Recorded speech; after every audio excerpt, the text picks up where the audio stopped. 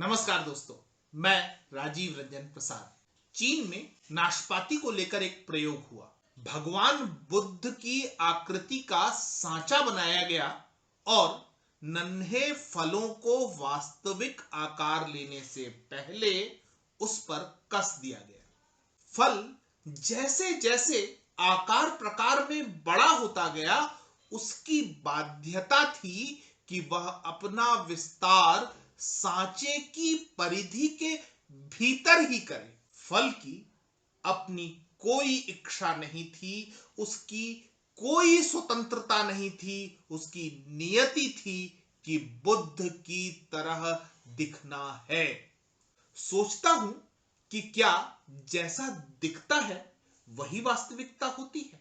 आज जिस शिक्षा प्रणाली को हमने आत्मसात किया है, क्या वह ऐसा ही सांचा नहीं है? बच्चा क्या आकार लेना चाहता है, इसकी किसी को चिंता है? कल्पनाएं, आकांक्षाएं और नैसर्गिक प्रतिभा ने उसे किस लिए गढ़ा है, यह सांचा समझने की क्षमता नहीं रखता। उसके लिए तो बच्चा एक नाशपाती है और बुद्ध का आकार उसे दिया जाना है। क्या हमारी शिक्षा प्रणाली के पास कोई उद्देश्य था अथवा सांचा ही? पहले 10+3 का सांचा था, बदलकर 10+2 का हो गया है। इसमें व्यावसायिक बदलाव क्या आया? बच्चे 6-7 साल की आयु के पश्चात से बुनियादी शिक्षा की दुनिया में अपना पहला कदम रखते थे। फिर तय किया गया कि पहली कक्षा अर्थात 5 साल की आयु। इस आयु वर्ग की शिक्षा के लिए हमने कैसी दुनिया बनाई? क्या जो पाठ्य पुस्तकें इस आयु वर्ग के लिए निर्धारित की गई हैं, वे उसकी सहज उड़ान में योगदान देती हैं अथवा रट्टू तोता ही बनाती हैं? अब जब यह लगने लगा कि स्कूल में प्रवेश से पहले बच्चे की बुनियाद सही होनी चाहिए, अर्थात उसे सब कुछ पहले से आना चाहिए जिसके लिए वह किसी महान स्कूल की पहली कक्षा में प्रवेश लेगा, हमने केजी और नर्सरी के कॉन्सेप्ट को आयात किया और बच्चे की बुनियाद को तबीयत से खोदने लगे। अब यहां भी ग्रेड और नंबरों की स्पर्धा हो गई, तो प्री स्कूल या प्री नर्सरी का विचार सामने आया। मुझे डर है कि आने वाले समय में आफ्टर बर्थ स्कूल और इनसाइड वूम्ब स्कूल की अवधारणाएं सामने ना आने लगे। आज की शिक्षा अक्षर ज्ञान का आधुनिक संस्करण भर है।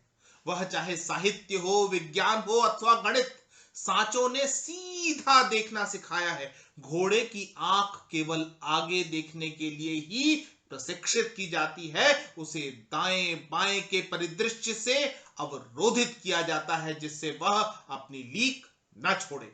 ऐसे ही हमारी वर्तमान शिक्षा प्रणाली जटिल प्रशिक्षण है कि कैसे बने हुए कदमों के निशानों पर ही कदम रखे जाने हैं। रास्ते तय हैं और मंजिलें निर्धारित। कितनी सुंदर पंक्तियां निदा फाजली ने लिखी हैं कि बच्चों के छोटे हाथों को चांद सितारे छूने दो, 4 किताबें पढ़कर वो भी हम जैसे हो जाएंगे। इस परिप्रेक्ष्य में सोचिए कि क्या हमारी शिक्षा व्यवस्था सोने का पिंजड़ा नहीं है जिसमें हम सहर्ष अपने परिंदे जैसे बच्चों को कैद कर रहे हैं, उसे प्रशिक्षित कर रहे हैं कि वह उड़ान भूल जाए, आकाश का सपना न देखे, जमीन से परिचित न हो सके। वह जो रटाया जाए रटे, जो सिखाया जाए सीखे और जैसा समझाया जाए वैसा ही और उतना ही बर्ताव करना मैनर्स समझे। आश्चर्य होता है ना कि पंचतंत्र भारत देश की कृति है। 3री सदी की रचना पंचतंत्र आज के समय में हरगिज नहीं लिखी जा सकती, क्योंकि नाशपाती वाले बुद्ध कल्पना नहीं कर सकते। वे 100/100 लाते हैं। मित्रों, आज इतना ही। फिर मिलता हूं ऐसी ही किसी कहानी के साथ। अगर आपको मेरा ये चैनल पसंद आ रहा है तो कृपया इसे सब्सक्राइब करें। आप इस कहानी को लाइक या शेयर भी कर सकते हैं। नमस्कार।